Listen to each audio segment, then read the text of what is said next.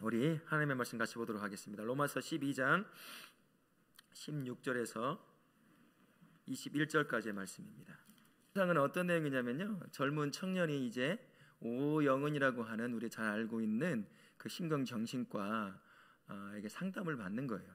어렸을 때부터 부모에게 사랑을 받아와야 할 텐데 이제 받지 않고 자랐던 사람이 청년이 되어서도 그 사랑에 대한 갈급함이 남아 있다는 거예요.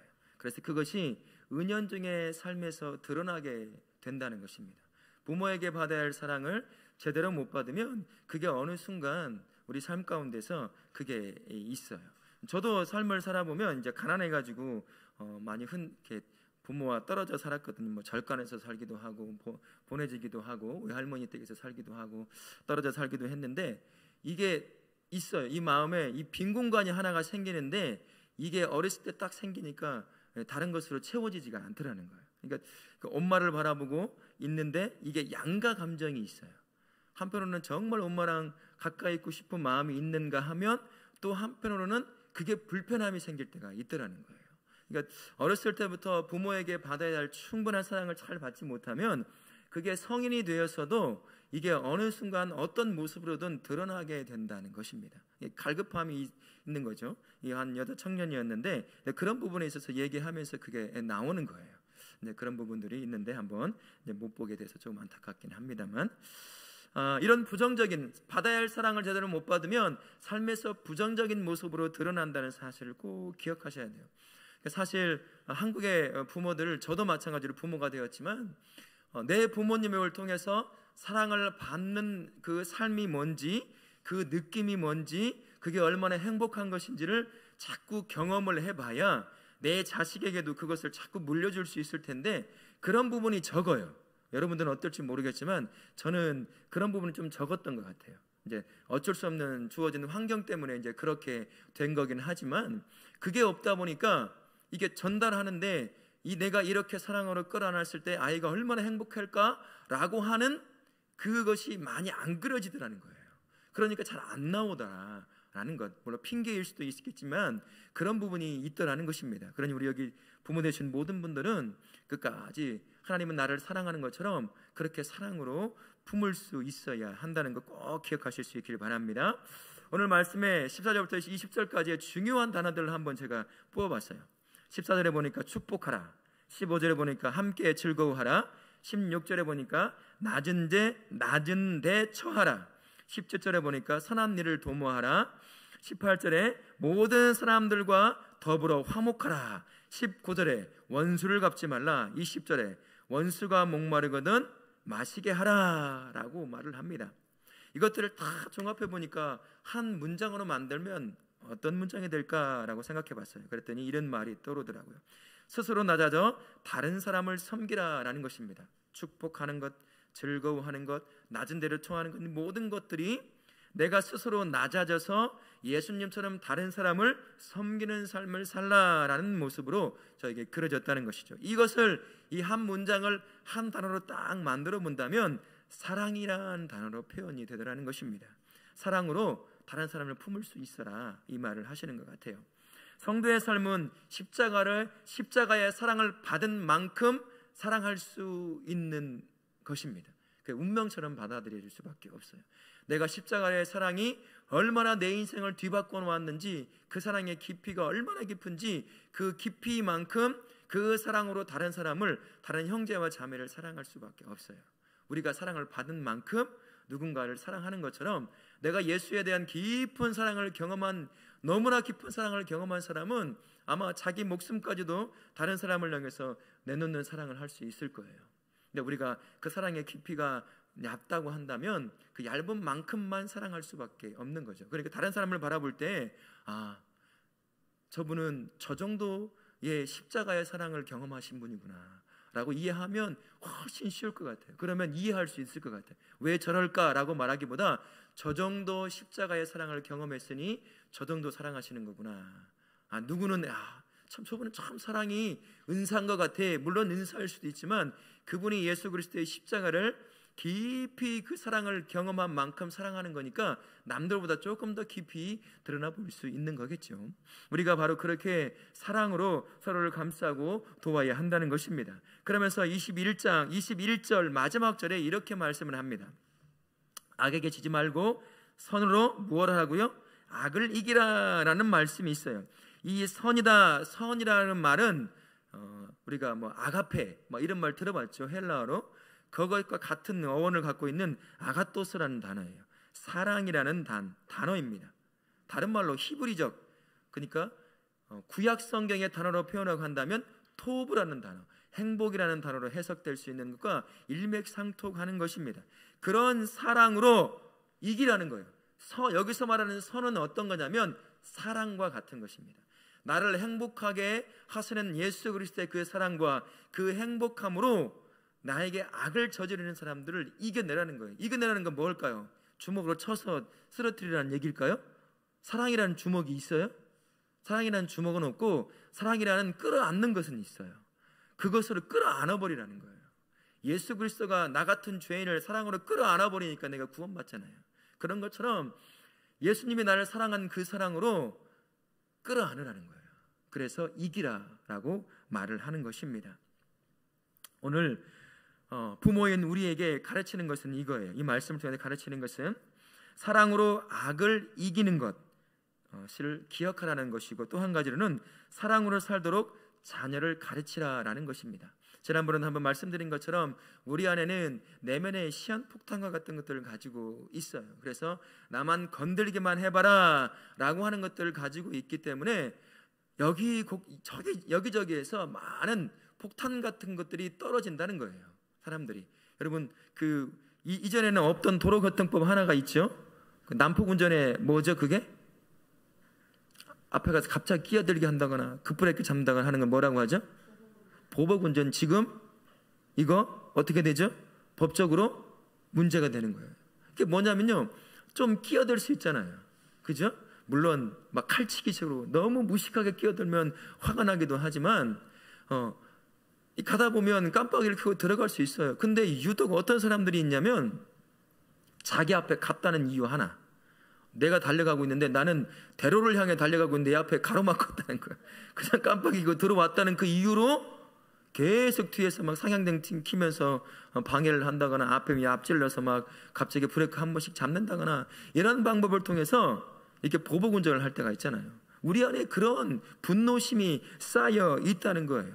아이들에게도 부모가 아무리 사랑으로 하고 키워도 우리가 실수할 수 있잖아요. 그죠? 그럴 때 아이들의 마음 가운데 이런 것들이 쌓여져 갈 수 있다는 겁니다. 이런 분노들이 쌓여가서 어느 순간 터진다는 거예요. 집에서는 부모가 있으니까 못하고 교회에서는 목사님이 있으니까 못하지만 학교라고 하는 나를 잘 알고 있는 사람들이 눈에 보이지 않는 현장에서는 그 분노가 막 터질 수도 있다는 거예요. 그러니까 이 분노에 감싸여 살지 않도록 사랑으로 그 상황을 이길 수 있도록 사랑을 가르칠 수 있는 부모가 되어야 한다는 것입니다. 예수 그리스도의 사랑을 듬뿍 받은 그 깊이만큼 아이들에게 그렇게 사랑할 수 있도록 가르치는 부모가 되어야 한다는 것이죠. 그래서 이런 상황 가운데서 부모의 주된 역할이 무엇일까 한번 보면요, 불완전한 다른 사람을 사랑하는 법을 가르치는 역할에 놓여 있는 사람이 부모다는 것이에요. 나도 불완전하지만 그래도 다른 사람을 가르칠 수 있는 방법을 계속 가르칠 수 있어야, 사랑하는 법을 가르칠 수 있어야 한다는 것입니다. 부모는 자녀들과의 관계를 가꾸어주는 첫 번째이자 가장 중요한 관계 정원사라는 말을 썼어요. 관계 정원. 우리 정원사가 뭐 하는 사람인지 아세요? 이 가위질을 하는 사람이거든. 저도 미국에 있을 때 이 정원사 비슷한 아르바이트를 학교에서 했어요. 이제 학교에서는 학생들을 뽑아가지고 이제 하는데, 거기는 뭐 정원사처럼 가위로 자르기도 하지만 나무가 워낙 커서 막 전기톱 같은 걸로 막 자르는데, 잘라 놓고 보는 것하고 이제 한참이 지나고 나고 난 뒤에 그 모습을 보는 것하고는 굉장히 달라요. 학교의 모습이 달라져 있는 거예요. 잘 갖고 놓으면, 저같이 솜씨 없는 사람도 그냥 하라는 대로 잘 따라서 갖고 놓으면 학교 건물이 멋있게 보이기도 한다는 거예요. 그전에과는 달리. 그런 것처럼 부모는 관계의 정원사라고 할 수 있습니다. 그래서 이 아이가 밖에 나가서 다른 사람들과 다른 친구들과 사랑의 관계를 맺을 수 있도록 계속 가지치기, 나쁜 것은 가지채워주고 좋은 것은 잘 자랄 수 있도록 이렇게 가지치기를 잘 해줄 수 있는 사람이 바로 첫 번째 만나는 부모다라는 것입니다. 그래서 우리는 관계 정원사다라는 것을 꼭 기억하실 수 있기를 바랍니다. 뿐만 아니라 가정이라는 것은 사랑을 받고 사랑을 가르칠 수 있는, 사랑을 줄 수 있는 그것을 배울 수 있는 가장 첫 번째 환경이 가정이라고 하는 곳입니다. 어디서 사랑을 배울 수가 있겠어요? 밖에 나가서 사랑 배울 수 있을까요? 밖에 나가서 배울 수 있는 건 욕밖에 없어요. 아이들 욕 배우고 쌈 배우고 나쁜 것 배우는 것밖에 없거든요. 그것이 사실이에요. 지금은 그런 것이 사실처럼 많이 여겨지고 있습니다. 가정이라고 하는 곳에서 사랑을 받는 법이 뭔지, 그게 뭔지, 사랑을 주는 것이 뭔지, 그게 어떠한 것인지를 이 가정 안에서 배우고 경험할 수 있어야 한다는 것입니다. 그래서 가정이 그렇게 중요한 거예요. 자녀가 다른 사람을 사랑하도록 마음에 필요한 영양분, 자양분을 공급하는 곳이 또 가정이기도 해요. 상처받은 마음도 있을 거 아니에요. 학교에서 공부 잘하는데 하나 틀렸어. 그리고 1등자리 놓쳤어요. 마음 아파서 왔어요. 그럼 어떻게 해야 돼요? 어떻게 하겠어요? 이걸 틀려? 이거를 틀렸다고? 이러면 아이에게 비타민C 하나를 주기는 뺏은 먹는 것과 마찬가지인 거예요. 어떻게 해야 되겠어요? 괜찮아, 너 실수했나 보구나, 다음에 잘하면 돼. 이렇게 하면 되는 거예요. 이게 틀렸다고? 이거를? 이렇게 하면 자양분 하나 뺏어간다는 사실을 기억하실 수 있기 바라요. 집에 와서 이 마음, 자기 마음은 굉장히 아플 거 아니에요. 친구들과 싸워가지고 왕따 당하는 느낌, 그것도 굉장히 아플 텐데 와가지고 네가 잘못했지 어쩌고 막 해버리면 어떻게 하겠어요? 그때 안아주고 사랑해주고 그렇게 함으로 말미암아 이 안에서 뺏겼던 사랑의 자랑분을 다시 채우고 다시 그 마음으로, 그 힘으로 이제 밖에 학교를 가게 된다는 것이죠. 그러니 가정은 아이가 건강하게 정서적으로 자랄 수 있는 자양분을 주는 곳이다 라는 것을 꼭 기억하실 수 있기 바랍니다. 또한 가정은요, 존중과 인내의 묘목이 자라는 것이다 할 수 있어요. 다른 사람을 향한 존중, 그리고 내가 때로는 참아내야 할 부분도 있을 수 있다는 것이죠. 집에서는 어릿광 부리면서 받을 수 있는 것도 있겠지만 밖에 나가면 그게 통하지 않는다는 거예요. 그러니 인내하는 것도 배울 수 있는 곳이 바로 가정이다라는 것, 그래서 우리가 이렇게 가정을 키워나가야 한다는 것입니다. 또한 형제관계 가운데서 배우도록 도와줘야 돼요. 지금은 자녀가 하나인 가정도 참 많은데 이런 부분이 밖에 나가서 사회적 관계를 형성하는데 굉장히 마이너스 요소가 된다는 건 아마 혼자만 키우고 있는 자녀를 키우고 있는 부모들은 아실 거예요. 이게 이 상호작용이 잘 안 될 때가 있어요. 내가 양보해야 될 때가 어느 때인지, 내가 말하고 싶어도 말하지 않아야 할 때가 어느 때인지, 이런 가족관계, 형제관계를 통해서 하나씩 배워가며 밖에를 나가야 되는데 혼자만 있다 보니까 이게 안 되는 아이들이 종종 있어요. 그래서 그만 멈췄으면 좋겠는데 계속 하는 애들이 있어요. 남의 눈치를 못 본다는 거예요. 내가 이렇게 했을 때 다른 사람이 얼마나 불편해할지에 대해서 생각을 잘 못한다는 거예요. 이걸 배워야 되는데 형한테 배우든 누나한테 배우든 언니한테 배우든 이 관계를 통해서 막 때로는 싸우기도 하고 울기도 하면서 이건 지금 끝까지 하면 안 되는구나 하는 것을 배워야 되는데 잘 안 되더라는 것입니다. 그럼에도 불구하고 부모가 있기 때문에 이것들을 잘 가르칠 수 있어야 한다는 것입니다. 집안에서 다른 사람을 사랑하고 존중하는 법을 배우면 밖에서도 그렇게 될 수 있다는 거. 우리가 너무나 잘 알고 있지만 잘 안 되잖아요. 여러분들 사람들이 많은 곳, 그런 곳에 가서 여러 아이들을 한번 관찰해 보세요. 저는 이렇게 관찰을 좀 좋아해서 한번 보거든요. 그러면 참 예의 바른 애들이 있어요. 심지어 정말로 어른스럽게 이 다른 사람을 배려하는 아이들도 있다는 거예요. 그런데 완전히 180도 다른 아이가 있어요. 다른 사람은 그 아이에게는 없는 사람 취급당하는 그런 환경에 있는 것 같은 아이들도 있다는 거예요. 전혀 다른 아이나 어른이나 그 환경에 대해서 신경을 안 쓰고 자기 하고 싶은 대로 소리 지르고 뛰고 노는 아이들도 있다는 것입니다. 제대로 못 배운 거죠. 가정 안에서 다른 사람을 배려한다는 것이 무엇인지, 존중하는 것이 무엇인지 잘 못 배워서 그렇게 되는 것이죠. 그러면 책임은 누구에게 있을까요? 애한테 있죠. 잘 못 배웠으니까 애가 혼나야 되잖아요. 엄마 아빠에게 있는 거죠. 엄마 아빠에게 잘 가르쳤어야 되는데 그걸 잘 못하는 거죠. 어렸을 때는 어리니까 그렇다라고 하지만 이 성인이 돼서 그러면요 정말 같이 못 있어요. 같이 할 수가 없어요. 대학생이나 이런 데서 같이 과제를 해야 될 때 그러나 친구가 한 명 있다, 정말 미치고 환장할 노릇인 거 되는 거예요. 걷잡을 수 없거든요. 함께 할 수 없어요. 청년들한테 가서 물어보세요. 그런 친구 한 명 있다, 다 도망갈 거예요. 나 이런 친구랑 합동과제 안 하겠다 라고 말할 겁니다. 근데 그게 고쳐져야 되는데 잘 안 되는 경우가 종종 있을 수 있다는 겁니다. 그러니 가정이 얼마나 중요한지 몰라요. 그러니까 가정을 그렇게 자녀들에게 사랑과 존중을 가르칠 수 있는 그런 환경으로 항상 만들어 가려고 애를 써야 되고, 교회 공동체도 마찬가지예요.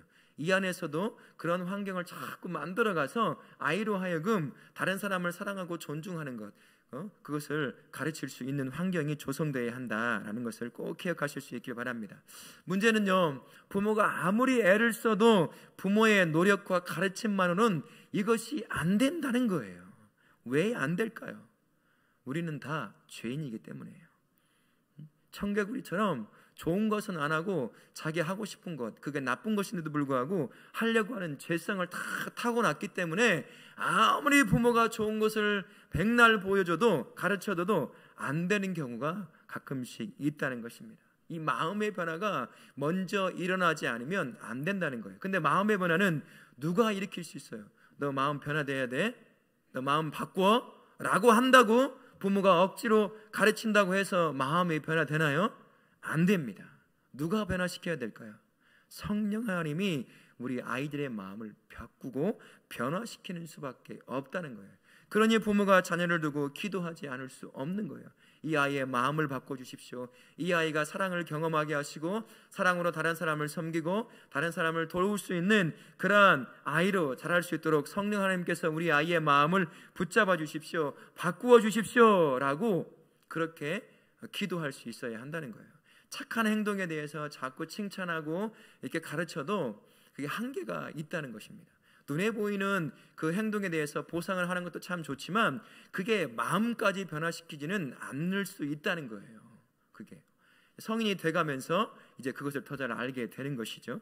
그러니 성령께서 그 아이의 마음에 강력히 역사해서 왜 사랑해야 하는지, 사랑은 받는다는 것이 어떤 느낌인지를 잘 경험하고 느끼게 해서 다른 사람을 사랑하고 존중할 수 있도록 그렇게 그런 아이를 자랄 수 있도록 기도해야 한다는 것입니다. 이 때문에 성령 하나님께서 아이의 마음 가운데서 역사하도록 부모는 쉬지 않고 기도해야 한다는 것입니다. 운동선수가 운동 근육 기억이라는 것을 기른다고 해요. 근육 기억. 그게 뭐냐면요, 그 운동의 특별 어떤 자세들이 있잖아요. 그 어떤 축구라고 해봅시다. 축구라고 하면 골을 넣을 때 그 무의식적으로 골을 잡으면 그 위치에 가면 바로 어떻게 슈팅을 하도록 이렇게 계속 반복돼서 연습한다는 거예요. 그래서 평상시에는 드러나지 않지만 막 공을 몰고 가다가 그 자리, 그 상황에서 딱 마주치면 자기도 모르게 발이 나가서 볼을 찰 수 있도록, 그게 근육 기억이라고 한답니다. 그것을 잘 길러져야 된다는 것이죠. 아이들에게는요, 우리 아이들에게는 사랑 기억이라는 것이 있어야 돼요. 가정 안에서 계속 사랑을 받아보는 거예요. 그리고 형제를, 부모를 사랑하는 것이죠. 이런 사랑의 경험과 주고받는 경험들이 우리 아이들의 사랑의 기억이 되어서 밖에 나가서도 자연스럽게 누가 시키지 않아도 다른 사람을 존중하고 다른 사람을 사랑할 수 있는 그러한 상태가 된다는 것입니다. 우리 부모가 가정을 그렇게 만들어야 할 것이고, 또한 우리 영적인 부모인 교회의 모든 공동체가 교회 분위기도 그렇게 세워야 돼요. 예수 그리스도의 사랑을 받고 살아가면서도 교회 공동체 분위기가 썰렁하고 사랑도 넘치지 않고 사람을 존중함도 없다 하면 아이들은 똑같이 그렇게 되는 거예요. 사랑하지 않고 그렇게 존중하지 않는 자로 자라게 될 것이고, 그러면서 교회 나간다고 말하면, 야, 너 같은 애가 교회 다니니? 참 희한하다. 교회는 그런 곳이구나 라고 말할 수 있는 그런 아이로 자랄 수도 있다는 것입니다. 그러니 가정 안에서도 마찬가지고 교회 공동체 안에서도 이렇게 사랑 기억을 기억해낼 수 있는 어느 곳이든 하나님이 세우셨으면 그곳에서 사랑으로 다른 사람을 섬기고 존중할 수 있는 아이로 자랄 수 있도록 그렇게 해줘야 한다는 것입니다. 사랑은 다른 사람을 대하는 태도에서 눈에 보이게 드러나게 되어 있다는 거예요. 속으로만 사랑하는 것이 아니라 어떻게 해서든 간에 눈에 보여지게 되어 있는 건데, 그게 어떤 모습으로 보여지느냐, 다른 사람을 존중하는 모습으로 보여지게 된다는 것입니다. 그래서 가정에서 부모는 다른 사람을 존중하는 법을 항상 가르칠 수 있어야 한다는 것입니다. 그래야 사랑한다는 것이면 지나가는 사람, 다른 사람을 어떻게 끌어안을 수도 없고, 어떻게 그 사람을 사랑하고 함께하는 사람을 사랑한다고 표현할 수 있겠어요? 내 친척이 아니고 내 가족이 아닌 이상. 그렇다면 그 사랑이 드러나는 것은 그 사람을 있는 모습 그대로를 인정해주는 존중함을 통해서 드러날 수밖에 없다는 것입니다. 어떻게 존중해야 될까요? 왜 존중해야 될까요? 이유는 하나예요. 이 땅에 태어나서 살아가는 모든 사람들은 하나님의 형상으로 만들어진 사람이라는 이유 때문이에요. 그 이유 하나 때문에 그가 가졌건 못 가졌건, 나보다 잘났건 못났건 상관없이 그는 존중받아야 할 사람이라는 것입니다. 어린아이도 마찬가지고요, 장애인도 마찬가지고, 누구든 똑같이 하나님의 형상으로 만들어진 사람이기 때문에 그 사람을 존중하는 것, 그 자체로 존중받아 마땅한 사람이다라는 사실입니다. 그래서 누구나 존중하는 거예요. 이제는 예수 믿는 사람이니까, 내가 아는 사람이니까, 어른이니까 존중하고, 어린이니까 별로 존중하지 않고, 그런 것이 아니라는 것입니다. 예수님, 하나님께서 창조하시고 난 후에 우리가 아시는 것처럼 사람을 창조하고 나시고 난 뒤에 심히 행복했다고 말씀을 하셨어요. 그게 바로 인간의 모습을 그대로 존중하는 하나님의 존중의 모습이라는 것입니다. C.S. 루이스라고 하는 사람이 영광의 무게라는 책에서 이렇게 썼습니다. 제가 한번 읽어봐 드릴게요. 평범한 사람은 없다. 우리가 말을 주고받는 사람들은 한낱 언젠가는 사라져버릴 존재들이 아니다. 국가, 문화, 예술, 문명, 이런 것들이야말로 반드시 사라져버릴 것들이다. 이러한 것은 마치 하루살이와 같다. 하지만 우리가 농담을 주고받고 함께 일하며 결혼하기도 하고 무시하며 착취하는 사람들은 불멸의 존재들이다. 영원히 공포에 떨거나 영원히 빛날 존재들이다. 우리의 오감이 경험할 수 있는 가장 거룩한 대상은 이웃이다 라고 말했습니다. 다른 사람을 존중하는 것, 그 밑에 깔려있는 기본적인 이유는, 그리고 근본적인 이유는 그가 하나님의 형상으로 만들어졌기 때문이라는 거예요. 그러니 함부로 대해서는 안 된다는 것입니다. 어린아이라고 쉽게 말하고 쉽게 대하는 것이 아니라는 것이고요. 나보다 더 잘났고 더 높은 지위가 있고 돈 많으니까 그 앞에서는 그 사람을 더 존중하는 것처럼 보이고, 나보다 못났다고 생각하는 그 사람들에 대해서는 존중함을 보이지 못한다고 한다면 하나님께서 자신의 형상으로 만든 그 목적을 스스로 파괴하는 것과 같다라는 사실을 기억하시면서, 나도 아이들을 그대로 존중하고 이 존중하는 모습을 통해서 아이도 다른 친구들을 존중할 수 있도록 꼭 가르쳐야 한다는 것 기억하실 수 있기를 바랍니다. 또 한 가지로는요, 다른 사람을 존중하는 삶의 첫째는 독한 말을 하지 않는 것이라는 거예요. 독한 말, 그게 욕이 될 수도 있겠죠.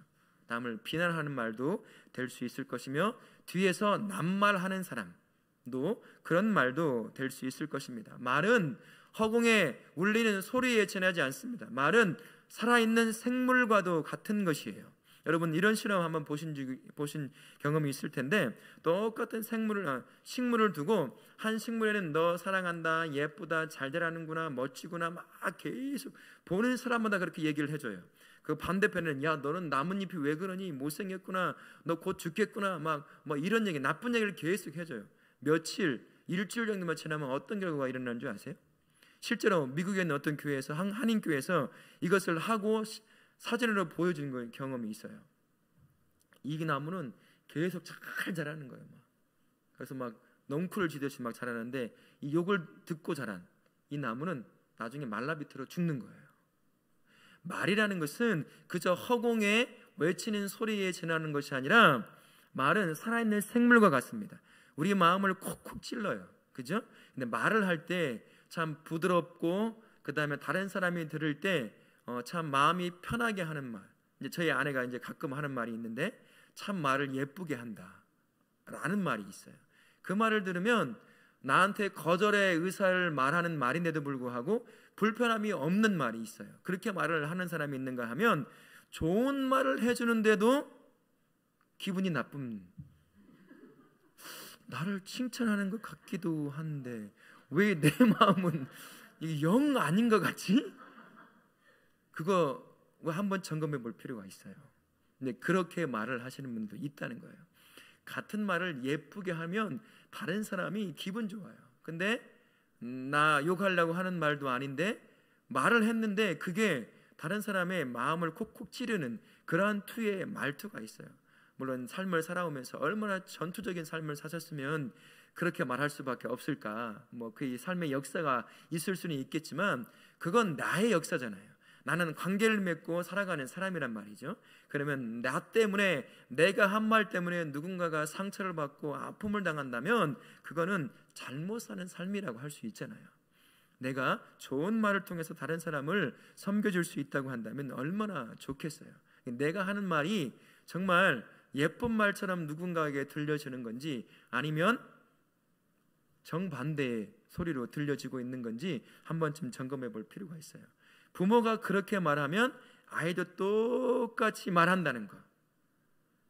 저도 깜짝 놀랐어요. 제 아내가 가끔 제 큰애와 함께 길을 걸어가는 거면 뒤에서 영상으로 한 번씩 찍을 때가 있거든요. 그러면 가면 갈수록 걸음까지도 똑같아지는 거예요. 마찬가지예요. 집 안에서 부모가 어떤 어투로, 어떤 억양으로 어떻게 말하느냐에 따라서 아이들도 밖에서 그 말투를 따라가게 된다는 것이죠. 그 아이의 말을 잘 들어보면 집에서 엄마 아빠가 어떤 말을 하는지, 어떤 말투를 하는지를 어느 정도는 알 수 있다. 그런 것이죠. 그러니 이 독한 말을 하지 않도록 가정 안에서 이게 잘 간수해야 한다는 거예요. 싸움을 하더라도 부부가 다툼이 있어도 되도록이면 없는 곳에서, 아이들 없는 곳에서 해야 되고, 하더라도 욕이나 물건을 던진다거나 이런 일은 없도록 해야 돼요. 여기는 없죠? 욕하거나 물건 던지는 분 없는 걸로 알아요. 그렇게 해야 한다는 것입니다. 냉소적인 말, 독한 말, 그러니까 칭찬하는 말 같은데 이거 있잖아요. 냉소적인 말 있잖아요. 칭찬하는 말인데 칭찬이 아닌 것이 있잖아요. 아이들도 영적인 존재이기 때문에 부모가 나에게 칭찬하는 말인데 아닌 걸 알아듣는다는 거예요. 이제 그걸 가지고 다른 친구들에게도 그렇게 말할 수도 있다는 것입니다. 어떤 사람이 이런 말을 했습니다. 사람은 들어온 말과 마음에 있는 말로 만들어지는 것이다. 내가 듣는 말과 그 말이 내 안에 쌓이잖아요. 그 말이 서로 합쳐져서 나라고 하는 존재를 만들어낸다라는 말이에요. 그러니까 말이라는 것이 그저 허공에 울리는 소리가 아니라는 것입니다. 그래서 이것을 준비하면서 이제 아이들에게 더 말 조심해야 되겠다라는 생각을 하게 되는데, 듣는 말, 아이들에게 듣는 말은 좋은 말이 들려줘야 되잖아요. 사랑하는 말, 세워주는 말, 용서하는 말, 안아주는 말, 그런 말들이 아이들에게 많이 들려질 수 있도록 해야 한다는 사실을 기억하시고, 독한 말 절대로 하지 않도록, 혹이나 밖에 나가서 아이들이 독한 말, 욕 같은 걸 배워오면 우리 단호하게 그 부분에서 징계를 해야 돼요. 이거는 절대로 그래서는 안 돼요. 우리보다 밖에 나가서 아이들 사이에서 욕을 많이 배워와요. 그리고 은연중에 욕이 나온다는 것입니다. 자기가 배우려고 하는 것이 아니라 애들과 놀다 보면 계속 들리는 게 욕이에요. 그러니까 귓속에 들어오고 머릿속에 들어오고 마음에 들어오다 보니까 말하다가 뭐 안 되면 아이씨부터 해가지고 다 나오게 된다는 거예요. 그럴 때마다 단호하게 그 부분에 있어서는 제재를 해서 더 이상 하지 못하게 만들어줄 수 있어야 한다는 것입니다. 또한 세 번째는 다른 사람을 존중하는 삶을 가르치는 가장 중요한 방법은 참 어렵고도 쉽기도 하고 한 부분인데 부모를 통해서 배우게 된다는 거예요. 엄마 아빠가 서로를 존중해주고 사랑해주면 그 모습을 보고 잘한다는 거예요. 여기서 우리 부부 되시는 우리 성도님들 중에 아이들 보는 앞에서 서로 안아주기도 하고 뽀뽀도 하시는 분 있으면 손 한번 들어보시겠어요? 안아주시는 분 서로. 나이가 몇인데 아직도 안아주시고. 지금 100세 시대예요. 어떻게 살려고 벌써부터 서로 안아주지도 못하고 그러면 어떻게 하시려고 그러시는지 모르겠어요. 억지로라도 안아주시고 뽀뽀를 해주셔야 돼요. 그런 모습을 가진 통해서 엄마가 남편을, 아빠를, 그리고 아빠가 엄마를 서로 존중하고 사랑한다는 것을 보여주는 것입니다. 가정을 해서 누굴 보고 자라겠어요? 부모를 보고 자라는 거 아니겠습니까? 엄마 아빠가 서로를 향해서 존중하는 말과 태도, 그것이 아이들에게 가르치는 남을 존중하는 가장 중요한 가르침이 될 것입니다. 우리 사랑하는 다롭게 모든 육신의 부모님, 그리고 영적인 부모님들은 예수 그리스도께서 나를 향해 사랑하셨던 그 십자가의 사랑, 그 사랑을 항상 갈급하실 수 있길 바라요.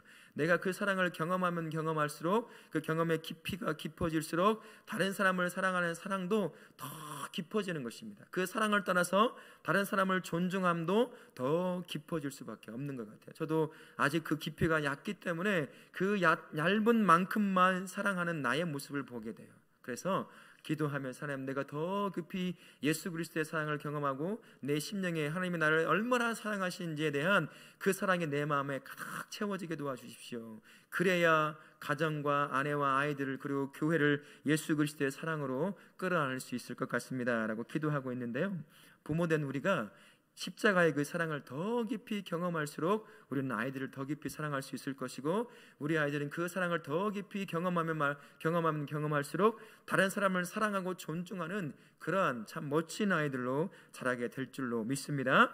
나를 존중하시는 하나님의 그 마음으로 아이들을 존중하시고 아이들로 하여금 다른 사람을 존중하도록 말과 삶으로 가르치는 부모들 되실 수 있기를 예수님의 이름으로 축원합니다. 아멘. 복음은요, 영어로 말하면 이퀄라이저라고 할 수 있어요. 우리 혹시 이퀄라이저라고 들어보셨어요? 옛날 전축 같은 데 보면 이건 베이스음 높이고 막 하는 거 있잖아요. 그런 거예요. 뭐냐면 복음은 모든 사람을 평등케 한다는 거예요. 복음 앞에서는 가진 사람, 높은 사람, 지위를 노리는 사람 아무도 없어요. 다 똑같은 존재라는 것입니다. 하나님 앞에 죄인이요, 하나님의 은혜가 필요한 사람이요, 하나님의 십자가의 구원의 은혜를 누려 사는 사람이라는 사실, 모두가 다 똑같은 사람이다라는 것입니다.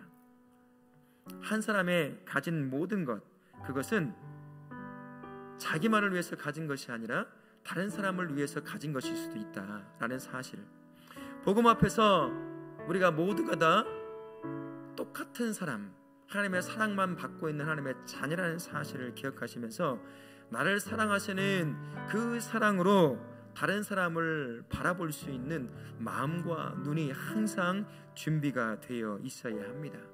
그런 부모 밑에서 자라는 아이들이 나랑 똑같이 다른 사람을 사랑하고 존중하는 자로 세워질 수 있게 된다는 것이에요.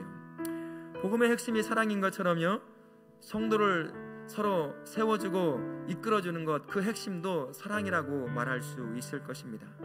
자녀에게 물려줄 그 사랑도 마찬가지고, 내가 십자가에서 받은 그 사랑만큼만 내가 사랑할 수 있다라는 사실을 꼭 기억하시고 기도하시면서 하루하루 살아가면서, 하나님, 내가 그리스도의 그 십자가의 사랑을 오늘보다, 어제보다 오늘 더 깊이 경험하는 그러한 하루의 삶 살도록 도와주십시오. 그리고 그 사랑으로 나에게 맡겨진 자녀들을 사랑하고 교회 공동체의 지체들을 사랑할 수 있도록 하나님 인도하여 주옵소서라고 기도하실 수 있길 바랍니다. 뿐만 아니라 그 사랑을 자녀들에게 물려줌으로 말미암아 나처럼, 예수님처럼 우리 자녀들도 다른 사람을 사랑하고 존중하는 사람으로 세워지게 하실 수 있기를 예수님의 이름으로 축원합니다. 아멘.